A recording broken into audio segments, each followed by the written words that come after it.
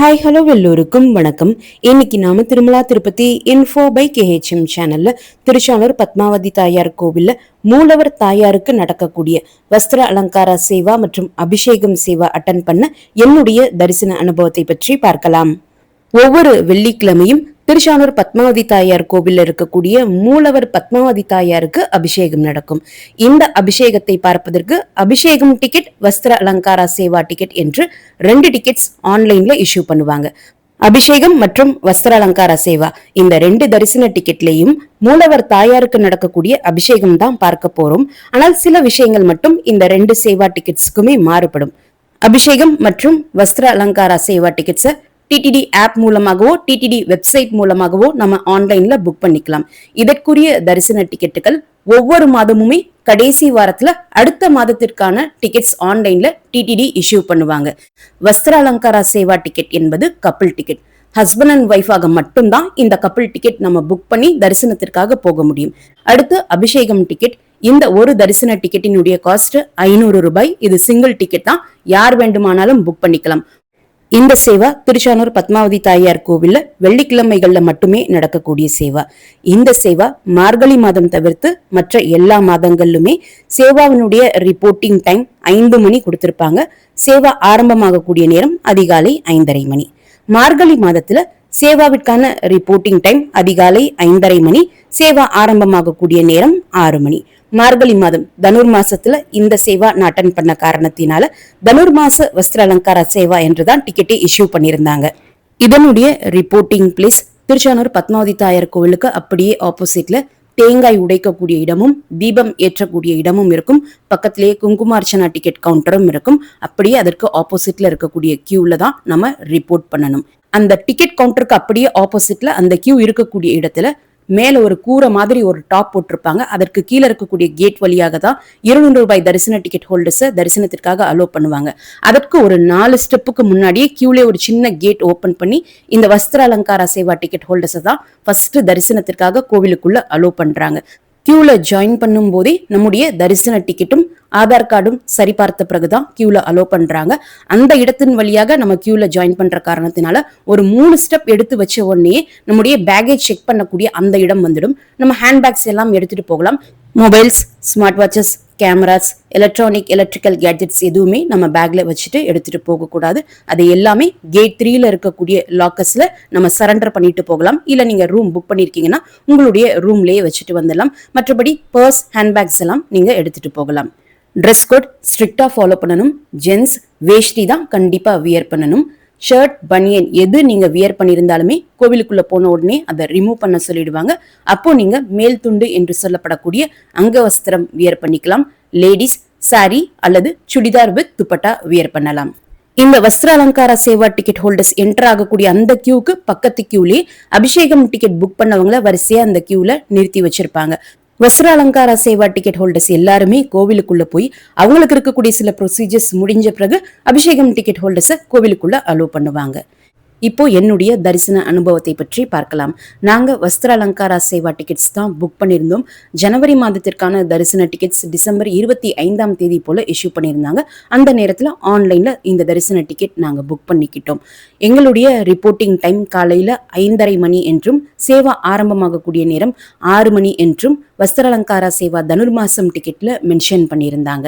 எக்ஸாக்டா 5:30 மணிக்கு பரபரப்பா நெக் ஆஃப் த மொமெண்ட்ல தான் அந்த டிக்கெட்டினுடைய ரிப்போர்ட்டிங் பாயிண்ட் இடத்துக்கு வந்து நாங்க வந்த அடுத்த செகண்டே அங்க இருக்கக்கூடிய டிடிடி அபிஷியல் வஸ்திர அலங்கார சேவா டிக்கெட் ஹோல்டர்ஸ் மட்டும் முன்னாடி வாங்க அப்படின்னு சொல்லி அவங்களுடைய தரிசன டிக்கெட்டும் ஆதார் கார்டும் செக் பண்ணி உள்ள அலோ பண்ண ஆரம்பிச்சாங்க. நாங்க லேட்டா வந்தனால ஏர்லியரா வந்து வெயிட் பண்ணிட்டு இருந்த கப்பிள்ஸ் அவங்க கியூ ஓபன் பண்ணதுமே ஒரு 5-6 கப்பிள்ஸ் உள்ள போயிட்டாங்க. ஐயோ நம்ம பின்னாடி உட்கார்ந்துதான் இந்த சேவா பார்க்கிற மாதிரி இருக்கும் போல அப்படின்னு நினைச்சிட்டு அதுக்கடுத்துதான் நாங்க அந்த கியூல என்டர் ஆகி பேக் செக்கிங் முடிச்சுட்டு கோவிலுக்குள்ள போனோம். கோவிலுக்குள்ள அந்த பிரசாதம் கொடுக்கக்கூடிய இடம் இருக்கும் இல்லையா, அந்த இடத்துல இருக்கக்கூடிய கியூல உள்ள எல்லாருமே வெயிட் பண்ணுங்கன்னு சொல்லி அங்க இருக்கக்கூடிய டிடிடி அபிஷியல்ஸ் இன்ஸ்ட்ரக்ட் பண்ணாங்க. யாருமே கியூக்கு வெளியில நிற்க கூடாது, கியூக்கு உள்ள போய் நில்லுங்க அப்படின்னு சொல்லி எல்லாருமே நிப்பாட்டி வச்சாங்க. ஒவ்வொருத்தரா இந்த வஸ்திர அலங்கார Seva ticket holders ticket checking process முடிச்சுட்டு கோவிலுக்குள்ள வந்தாங்க. ஒரு 2 கப்பிள்ஸ் மட்டும் 2 பெரிய பசங்களை அழைச்சிட்டு வந்திருந்தாங்க. ஆனா அவங்கள இவங்களோட கோவிலுக்குள்ள அலோ பண்ணிட்டாங்க. அவங்கள எப்படி அலோ பண்ணிருக்காங்கன்னா, அவங்க அந்த பசங்களுக்கு அபிஷேகம் டிக்கெட் புக் பண்ணிட்டு கோவிலுக்குள்ள அழைச்சிட்டு வந்துட்டாங்க. அதற்கப்புறம் சேவாவிற்காக நாங்க உள்ள போறப்போ அவங்களை அழைச்சிட்டு போறதுக்கு அவங்க ட்ரை பண்ணாங்க. ஸ்ட்ரிக்டா அலோ பண்ண மாட்டோம், அவங்க அபிஷேகம் டிக்கெட் ஹோல்டர்ஸோட சேர்ந்து தான் இந்த சேவா பார்க்கணும், வஸ்திரலங்கார சேவா கப்பிள்ஸ் மட்டும் தான் முன்னாடி போகணும், உங்களோட உட்கார விட மாட்டோம் அப்படின்னு ஸ்ட்ரிக்டா சொல்லிட்டாங்க. அவங்க ரொம்ப நேரம் ரெக்வஸ்ட் பண்ணி பார்த்தாங்க, அலோ பண்ணவே இல்லை. அந்த குழந்தைங்க அப்ராக்சிமேட்டா 12 to 14 இயர்ஸ்க்குள்ள இருந்திருப்பாங்க. நாங்க கோவிலுக்குள்ள போறப்போ தாயாருக்கு நைவேத்தியம் நடந்துட்டு இருந்துச்சு. நைவேத்திய மணி அடிச்சிட்டு இருந்தாங்க. கொடிமரத்துக்கு பக்கத்துல உட்கார்ந்து மங்கள வாத்தியங்கள் வாசிச்சுட்டு இருந்தாங்க.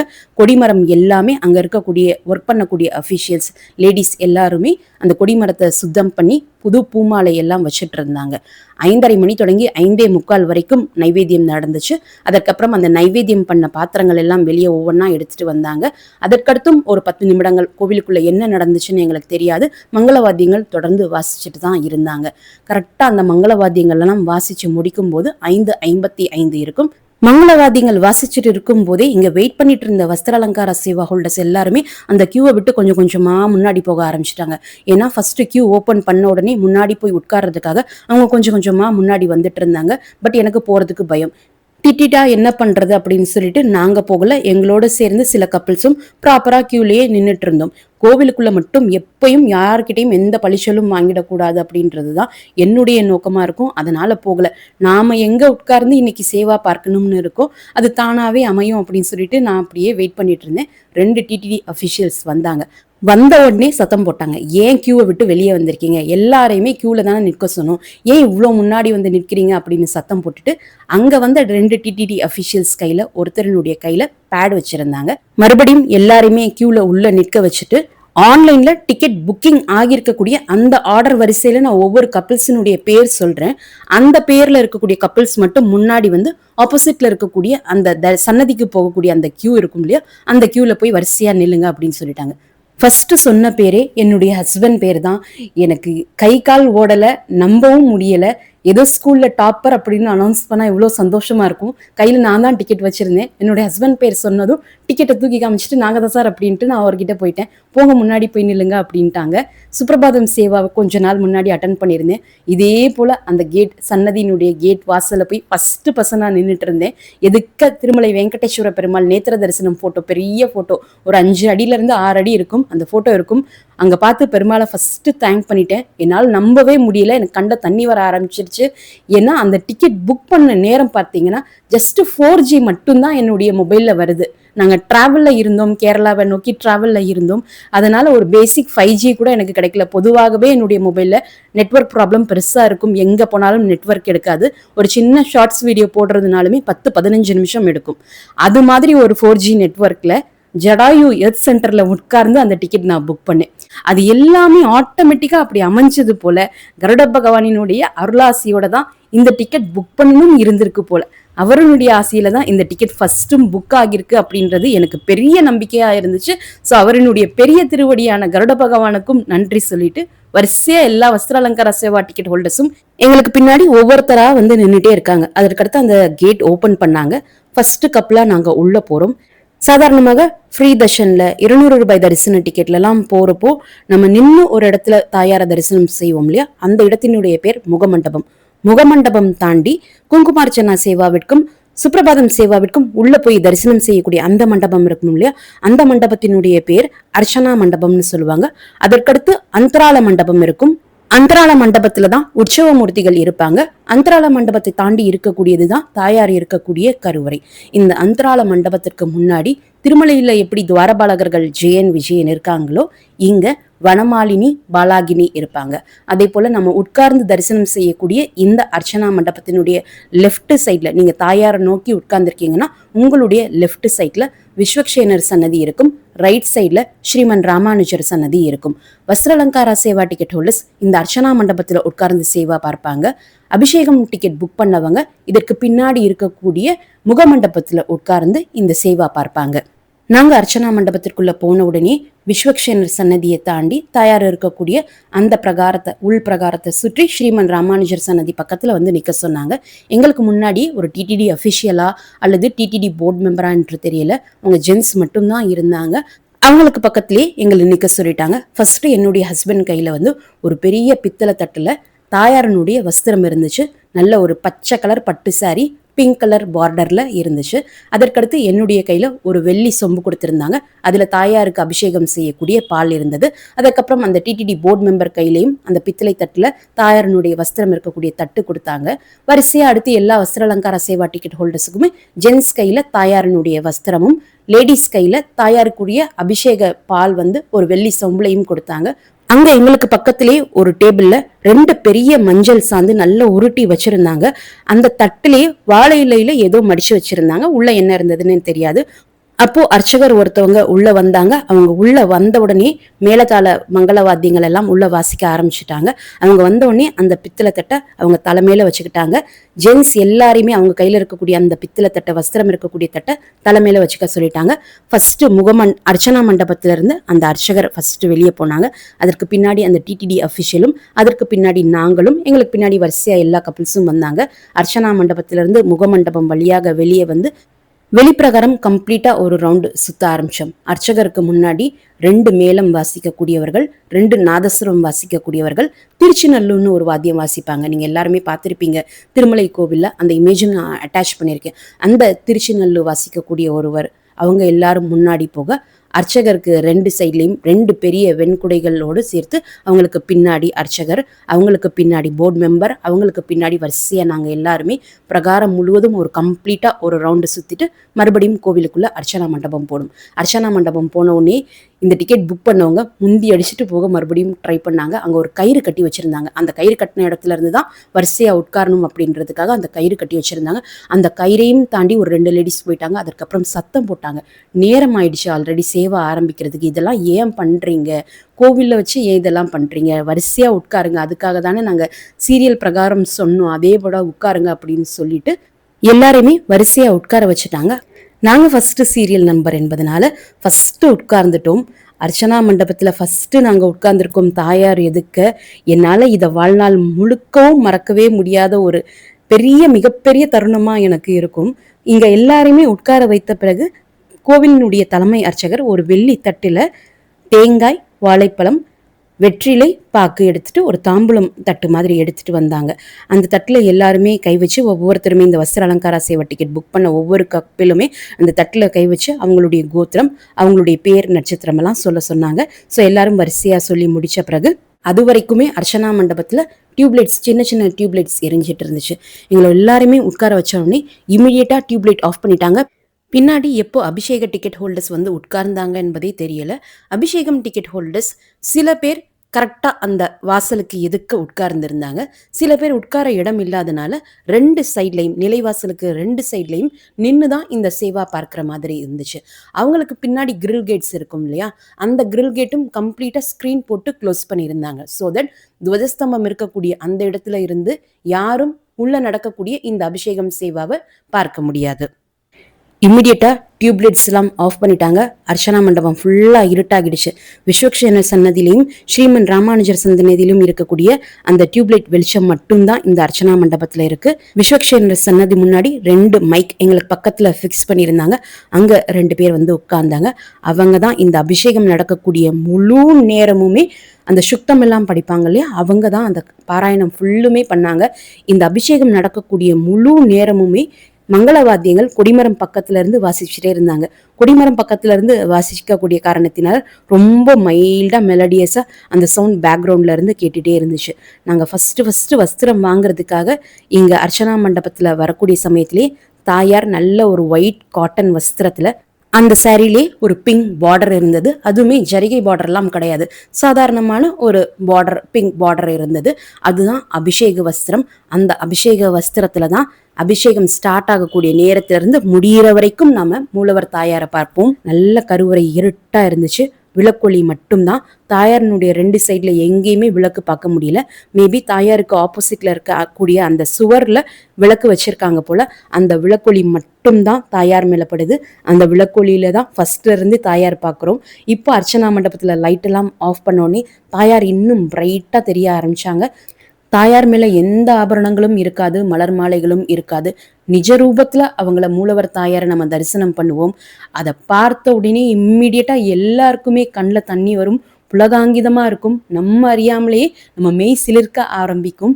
அப்படியே முன்னாடி பார்த்தோம் அப்படின்னா அந்தராள மண்டபத்துல 4 உற்சவ மூர்த்திகள் இருப்பாங்க. பெருமாள் இருப்பாங்க, தாயார் இருப்பாங்க. இது போல 4 உற்சவ மூர்த்திகள் இருப்பாங்க. எல்லாரையுமே ஒரு சேர நம்ம பார்க்கலாம்.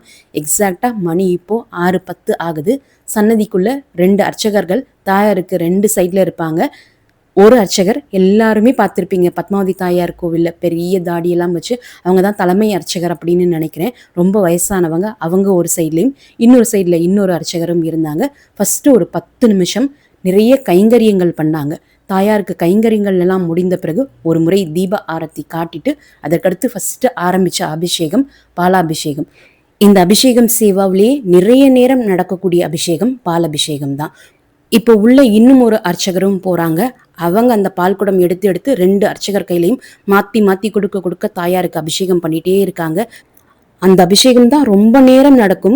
ஏற்கனவே உள்ள எந்த பாத்திரத்துல இந்த பால் எல்லாம் வச்சிருக்காங்கன்னே தெரியல. உள்ள இருக்கக்கூடிய அர்ச்சகர் இந்த 2 அர்ச்சகருக்குமே மாறி மாறி குடத்துல எடுத்து கொடுத்துட்டே இருக்காங்க. இது போக ஸ்ரீமன் ராமானுஜர் சன்னதி பக்கத்துல இருந்து பெரிய வெள்ளி குடத்துல 2 அர்ச்சகர் மாறி மாறி குடத்துல பால் கொண்டு போய் கொடுத்துட்டே இருக்காங்க. கொண்டு போய் கொடுக்க அந்த பாலாபிஷேகம் தொடர்ந்து நடந்துட்டே இருக்கு. இந்த பாலாபிஷேகம் கம்ப்ளீட் ஆகும் போதுதான் தாயாரனுடைய கருவறையில இருந்து ஒரு பெரிய வெள்ளி அண்டா எடுத்துட்டு வந்தாங்க. அந்த வெள்ளி அண்டால தான் இந்த பாலெல்லாம் போய் ஸ்டோர் பண்ணிட்டே இருந்திருக்காங்க போல. அந்த வெள்ளி அண்டா குறைஞ்சது 70 to 100 லிட்டர்ஸ் கெப்பாசிட்டி தாராளமாக இருக்கும். அத்தனை பாலால தாயாருக்கு அபிஷேகம் பண்ணுவாங்க. பார்க்கறதுக்கே ரொம்ப சந்தோஷமா இருக்கும். இது முடிஞ்ச உடனே தீர்த்தத்தால ஒரு முறை தாயாருக்கு அபிஷேகம் பண்ணிட்டு அதற்கடுத்து ஒரு அர்ச்சகர் தூபக்கல்ல நல்ல சாம்பிராணி போட்ட பிறகு அபிஷேகம் செய்த அர்ச்சகர்ல ஒருத்தர் நல்ல ஒரு பெரிய ஒயிட் காட்டன் வஸ்திரம், ஒரு வேஷ்டியை 2ஆ மடிச்சா எப்படி இருக்கும் அவ்வளோ பெரிய ஒயிட் காட்டன் வஸ்திரம் இந்த தூபத்துல காட்டி ஃபர்ஸ்ட் தாயாரினுடைய திருமுடி மேல நல்லா ஒத்தி எடுத்துட்டு மறுபடியும் அந்த தூபத்துல இந்த காட்டன் வஸ்திரத்தை காமிச்சிட்டு தாயாரினுடைய திருமுகத்துல நல்லா ஒட்டி எடுத்துட்டு அதற்கடுத்து மறுபடியும் இதே போல தூபத்துல காமிச்சு தாயாரினுடைய திருமேனி நல்லா ஒத்தி எடுத்துட்டு அதற்கடுத்து மறுபடியும் தூபத்துல காமிச்சு தாயாரினுடைய திருப்பாதங்கள் எல்லாமே நல்லா ஒத்தி எடுத்து பார்த்து பார்த்து ஒரு சின்ன கை குழந்தைய நம்ம குளிப்பாட்டி எப்படி ஒரு சாஃப்டான காட்டன் டவல்ல ஜென்டலா துடைப்போம் அதே போலதான் அந்த தாயாரை பார்த்து பார்த்து 2 அர்ச்சகர்களும் சேவை செய்யறாங்க. இந்த கைங்கரியங்கள் எல்லாம் செய்வதற்கு அவங்க எந்த ஜென்மத்துல இவ்வளோ புண்ணியம் செஞ்சாங்களோ அப்படின்ற மாதிரி ஒரு நினைவு நமக்கே வருது. இதெல்லாம் முடிஞ்ச பிறகு தாயாருக்கு ஒரு நீளமான மஞ்சளால நல்ல ஒரு நீளமான திலகம் இட்டு அது மேல குங்குமம் வச்சு அதற்கடுத்து அவங்களுடைய தோள்பட்டையிலிருந்து திருப்பாதம் வரைக்கும் நல்ல ஒரு பெரிய மல்லிகைப்பூ மாலையிட்டு அதே போல் அவங்களுடைய திருமுடி மேலே ஒரு ரவுண்டு மல்லிகைப்பூ மாலை சுற்றிட்டு அதற்கப்புறம் பெரிய கற்பூரம் ஒரு 2-3 பெரிய கட்டி கற்பூரம் வச்சு நம்ம தாயாருக்கு கற்பூர ஆரத்தி காமிச்சா இவ்வளோ பிரைட்டாக இருப்பாங்க. அந்த மாதிரி பெரிய கற்பூர ஆரத்தி காமிக்கிறாங்க. நமக்கு அப்படியே உடம்பெல்லாம் சிலிர்க்குது. இப்படி நம்ம தாயாரை எந்த சேவாவிலையும் பார்க்க முடியாது அப்படின்ற மாதிரி ஒரு நினைவு நமக்கு நிச்சயமாக வரும். அவ்வளோ பெரிய கற்பூர ஆரத்தியில் தாயாரினுடைய திருமுடி தொடங்கி திருப்பாதம் வரைக்கும் ஆரத்தி காமிக்கிறப்போ ரொம்ப சூப்பராக இருக்கும். லைஃப் டைமில் நிச்சயமாக ஒரு முறை இந்த சேவாவை அட்டன் பண்ணி பாருங்க. அதே போல் கற்பூர ஆரத்தி காமிக்கிறதுக்கு முன்னாடி தூபக்கல்ல நல்ல சாம்பிராணி போட்டு நிறைய சாம்பிராணி போட்டு தூபம் காமிப்பாங்க. வைகுண்டத்தில் தாயாரை பார்த்தா எப்படி இருக்கும் அந்த மாதிரி தூபம் போட்டு தாயாருக்கு தூபம் காட்டின பிறகுதான் ஆரத்தி காமிப்பாங்க, கற்பூர ஆரத்தி காமிப்பாங்க. அதற்கடுத்து தயிர் அபிஷேகம் ஆரம்பிச்சாங்க. அதற்கடுத்து செய்யக்கூடிய அபிஷேகங்கள் எல்லாமே ஷார்ட் டைம்ல நடக்கக்கூடிய அபிஷேகங்கள் தான். தயிர் அபிஷேகம் செய்து முடித்த பிறகு மறுபடியும் இதே ப்ராசஸ் ரிட்டர்ன் ஆகும். ஒவ்வொரு அபிஷேகம் முடிந்த பிறகு தீர்த்தத்தால அபிஷேகம் செஞ்சுட்டு அதற்கடுத்து அந்த ஒயிட் காட்டன் வஸ்திரத்தை தூபத்துல காட்டி தாயாரை ஒத்தி எடுத்துட்டு அதற்கடுத்து அவங்களுடைய திருத்தோல்ல இருந்து திருப்பாதம் வரைக்கும் மாலை சாற்றி அவங்களுடைய திருமுடியை சுற்றி சின்னதா பூ வைச்சு அதற்கப்புறம் தூப தீப ஆரத்தி காமிப்பாங்க. இது முடிந்த பிறகு தேன் அபிஷேகம் முடிந்த பிறகு இப்போ உங்க வீட்டு விசேஷங்களுக்கெல்லாம் நீங்க சாப்பாடு கேட்டரிங்ல ஆர்டர் பண்றீங்கன்னா ஒரு பெரிய நீளமான கண்டெய்னர்ல சாப்பாடு கொண்டு வந்து கொடுப்பாங்கல்ல, அது மாதிரி ஒரு பெரிய நீளமான வெள்ளி கண்டெய்னர்ல மஞ்சள் சாந்து நல்ல பெரிய பெரிய பந்தா உருட்டி வச்சிருக்காங்க. நம்ம 2 கையும் சேர்த்து வச்சா இவ்வளோ பெரிய அந்த மஞ்சள் சாந்து இருக்கும். அது போல பெரிய பந்து போல உருட்டி வச்சிருக்காங்க. அந்த கண்டெய்னர்ல இருந்து ஒரு அர்ச்சகர் ஒவ்வொரு அந்த மஞ்சள் சாந்து பந்தா 2 அர்ச்சகருக்கும் எடுத்து எடுத்து கொடுக்க அவங்க அப்படியே தாயார் மேல வச்சுட்டே வர்றாங்க. அந்த பால் அப்படியே அந்த மஞ்சள் சாந்து பாலை தாயார் மேல வச்சுட்டே வர்றாங்க. ஃபர்ஸ்ட் அந்த மஞ்சள் சாந்து எடுத்து தாயாரனுடைய மங்கலத்தை லேசா தூக்கி அங்க ஒரு மஞ்சள் சாந்து வச்சுட்டு அதுக்கு மேல மஞ்சள் சாந்து மேல தாயாரனுடைய மாங்கல்யத்தை வச்ச பிறகு தாயாரனுடைய திருக்கரங்கள், அவங்களுடைய திருமேனி, திருமுடி, திருப்பாதம் வரைக்கும் அந்த மஞ்சள் சாந்து பந்தை ஒட்டி வச்சுட்டு அதற்கப்புறம் கையாலேயே மெதுவா அழுத்தி அழுத்தி தாயாருக்கு மஞ்சள் காப்பு இட்டா எப்படி இருக்கும், நான் ஒரு ரெஃபரன்ஸ் இமேஜும் இங்கே அட்டாச் பண்ணியிருக்கேன், எப்படி இருக்குன்னு பாருங்க. அதே போல மூலவர் தாயாருக்கு செய்வாங்க. இது கொஞ்சம் நேரம், அதிகமான நேரம் எடுக்கும். இந்த மஞ்சள் சாந்து எல்லாம் வச்சு தாயாருக்கு நல்ல கவசம் போல சாத்தின பிறகு அது மேல குங்குமப்பட்டு வச்சுட்டே வருவாங்க. அவங்களுடைய திருப்பாதத்திலிருந்து குங்குமப்பட்டு நல்லா பெருசா வச்சுட்டே வந்தாங்க. அதற்கப்புறம் மறுபடியும் தாயாரினுடைய நெற்றியில நீளமான மஞ்சள் திலகமும் குங்குமம் திலகமும் இட்ட பிறகு தாயாரினுடைய திருத்தோல்ல இருந்து திருப்பாதம் வரைக்கும் ஒரு பெரிய துளசி மலை, அதற்கடுத்து ஒரு பெரிய தாமரை மலை, அதற்கடுத்து ஒரு சாமந்தி மலை, இது போல 3 மாலைகள் சாற்றிய பிறகு அவங்களுடைய திருமுடி மேல ஃபர்ஸ்ட் ஒரு மல்லிகைப்பூ, அடுத்து அரளிப்பூ, அடுத்து மல்லிப்பூ, இது போல 3 ரவுண்டு அவங்களுடைய திருமுடியை சுத்தி அலங்காரம் செய்த பிறகு ஒரு பெரிய வெள்ளி கிளி, நிஜமாவே ஒரு கிளியோட சைஸுக்கு இருந்தது அந்த பெரிய வெள்ளி கிளி. அந்த வெள்ளி கிளிய தாயாரனுடைய வலது கரத்துல வச்சாங்க. எனக்கு கிளி பார்த்ததுமே ரொம்ப ரொம்ப சந்தோஷமாகிடுச்சு. இங்க அபிஷேகம் சேவா முடிச்சுட்டு அதற்கடுத்து திருமலைக்கு போய் அங்க வைகுண்ட துவார தரிசனம் பார்க்கணும். அங்க மார்கழி மாதத்துல திருமலை வெங்கடேஸ்வர பெருமாள் கிட்ட எப்பவுமே கிளிகள் இருக்கும், அதை மறக்காம பார்த்துணும் அப்படின்றதே திருமலைக்கு கிளம்பும் போது இருந்தே நான் நினைச்சிட்டே இருந்தேன். இங்க தாயார்கிட்ட கிளி பார்த்ததும் எனக்கு ரொம்ப சந்தோஷம். தனுர் மாதத்துல கீழே திருச்சானூர் தாயாருக்கும் கிளி கொடுப்பாங்க என்பது எனக்கு இப்பதான் தெரியும். சோ கிளி பார்த்ததும் ரொம்ப சந்தோஷமாகிடுச்சு. மறுபடியும் தூப ஆரத்தியும் அந்த பெரிய கற்பூர ஆரத்தியும் காமிப்பாங்க. இவ்வளோ மஞ்சள் இப்போ நல்லா அரைச்சி சாந்து மாதிரி அரைச்சி ஒத்தி வச்சிருக்காங்க இல்லையா, இதெல்லாம் தீர்த்தத்தாலும் நம்ம அபிஷேகம் பண்ணாலும் போகாது. அப்படின்றனால நல்ல மஞ்சள் கலந்த தண்ணீர்ல ஒரு முறை தாயாருக்கு திருமுடியிலிருந்து அபிஷேகம் செய்த பிறகு அந்த மஞ்சள் எல்லாம் வலிச்சு எடுத்துடுறாங்க. வலிச்சு எடுத்து ஒரு பாத்திரத்துல வச்சிடுவாங்க.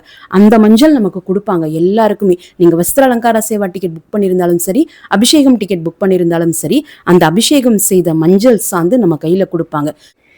இந்த மஞ்சள் எல்லாம் வலிச்சு எடுத்தது பிறகு எப்பவும் போல தீர்த்தத்தால அபிஷேகம், மலர் மாலைகள் இட்டு தூப தீப ஆரத்தி காமிச்ச பிறகு சந்தன அபிஷேகம். இதுவுமே எப்படி மஞ்சள் சாந்து உருட்டி உருட்டி தாயார் மேல வச்சாங்களோ அதே போல சந்தனமும் நல்லா அரைச்சு சின்ன சின்ன பந்தா உருட்டி வச்சிருந்தாங்க. அந்த சந்தன சாந்து எடுத்து ஃபர்ஸ்ட் தாயாரினுடைய மாங்கல்யத்துக்கு கீழே நல்ல ஒரு பெரிய சாந்து வச்சு நல்லா அழுத்தி விட்டுட்டு அது மேல மாங்கல்யம் நல்லா அழுத்தி வச்சிடுறாங்க. அதற்கடுத்து இன்னொரு சந்தன சாந்து எடுத்து தாயாரினுடைய திருமுடி, திருக்கரங்கள், திருமார்பு இதுவரைக்கும் மட்டுமா அந்த சந்தன சாந்து அரைச்சி வைக்கிறாங்க. அதற்குரிய ரெஃபரன்ஸ் இமேஜுமே நான் அட்டாச் பண்ணியிருக்கேன், நீங்க பாருங்க. இதையெல்லாம் செய்து முடித்த பிறகு தாயாருக்கு மறுபடியும் மலர் மாலைகள், அவங்களுடைய திருமுடியை சுற்றி பூக்கள், அவங்களுக்கு திலகம் எல்லாம் இட்ட பிறகு இப்போ ஒரு பச்சை கிளி கொடுத்தாங்க அவங்களுடைய வலது கரத்துல.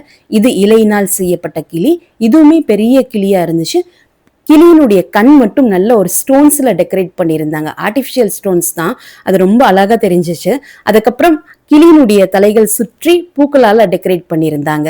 ஸோ இந்த மார்கழி மாதத்துல தாயார்கிட்ட 2 கிளிகள் பார்த்துட்டோம். அதற்கப்புறம் நல்ல சந்தனம் கரைச்சி திக்கான தீர்த்தம் மாதிரி செஞ்சு திருமுடியிலிருந்து அபிஷேகம் செய்து முடித்த பிறகு ஏற்கனவே சொன்னது போல அந்த ப்ரொசீஜர்ஸ் எல்லாம் ரிட்டர்ன் பண்ணிட்டு அதற்கடுத்து ஸ்கிரீன் போட்டுடுறாங்க. ஸ்கிரீன் போட்டு அந்த அர்த்தால மண்டபத்திற்கு முன்னாடி இருக்கக்கூடிய சன்னதி கதவுகளும் க்ளோஸ் பண்ணிட்டாங்க. அந்த சன்னதி கதவுகள் நடுவுல இந்த சாவி போடுறதுக்கான அந்த துளை இருக்கும்ல, அந்த துளையின் வழியாக உள்ள இருக்கக்கூடிய தீப ஒளி மட்டும் பளிச்சுன்னு தெரிஞ்சுட்டே இருக்கு. அபிஷேகம் செய்து முடித்த உடனே பாராயணம் பண்ணிட்டு இருந்தவங்களும் ஸ்டாப் பண்ணிடுவாங்க. ஸோ அவங்களும் மைக்கெல்லாம் எடுத்து எல்லாமே எடுத்து ஒதுக்கி வைக்க ஆரம்பிச்சுட்டாங்க.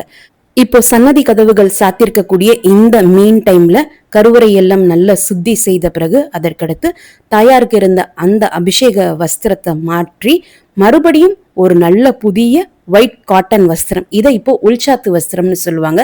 மறுபடியும் அந்த ஒயிட் காட்டன் வஸ்திரம் அந்த பிங்க் பார்டரோட இருந்தது. சன்னதி கதவுகள் திறக்கும் போது இந்த உள்சாத்து வஸ்திரத்தோடு தான் தாயார் நமக்கு தரிசனம் கொடுப்பாங்க. அப்பவும் எந்த ஆபரணங்களும் இருக்காது, ஒரே ஒரு மலர் மாலை மட்டும் தான் இருக்கும். இந்த உள்சாத்து வஸ்திரத்துக்கு மேலதான் அதற்கடுத்து அன்றைய நாளினுடைய பட்டு வஸ்திரம் தாயாருக்கு மேல சாத்துவாங்க. அத மேல் சாத்து வஸ்திரம் அப்படின்னு சொல்லுவாங்க.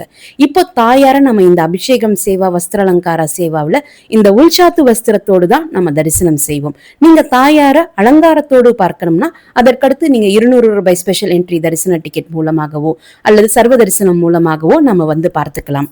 சன்னதி கதவுகள் திறந்த பிறகு மறுபடியும் நல்ல ஒரு பெரிய கற்பூர கட்டி வச்சு தீப ஆரத்தி காமிப்பாங்க. இதோட இந்த அபிஷேகம் சேவா முடிஞ்சிடும். அதற்கடுத்து அபிஷேகம் செய்த அர்ச்சகர் அந்த அபிஷேக தீர்த்தத்தை ஒரு பெரிய வெள்ளி சொம்புல கொண்டு வருவாங்க. இந்த வஸ்திர அலங்கார சேவா டிக்கெட் ஹோல்டர்ஸ் உட்கார்ந்து இருக்கக்கூடிய அந்த மண்டபத்துல வந்து அவங்க இந்த அபிஷேக தீர்த்தத்தை தெளிக்கிறதெல்லாம் கிடையாது. கிட்டத்தட்ட தலையை ஃபுல்லா நனைஞ்சிருச்சு. அந்த அளவுக்கு தீர்த்தம் எல்லார் மேலேயும் அவங்க வந்து தெளிச்ச பிறகு அதற்கடுத்து பின்னாடி அபிஷேகம் டிக்கெட் ஹோல்டர்ஸ் மேலேயுமே அந்த தீர்த்தம் எடுத்துட்டு போய் தெளிக்கிறாங்க. அதற்கடுத்து ஃபர்ஸ்ட் இந்த வஸ்திர அலங்கார சேவா டிக்கெட் ஹோல்டர்ஸ் எழுந்து நிற்க சொல்றாங்க.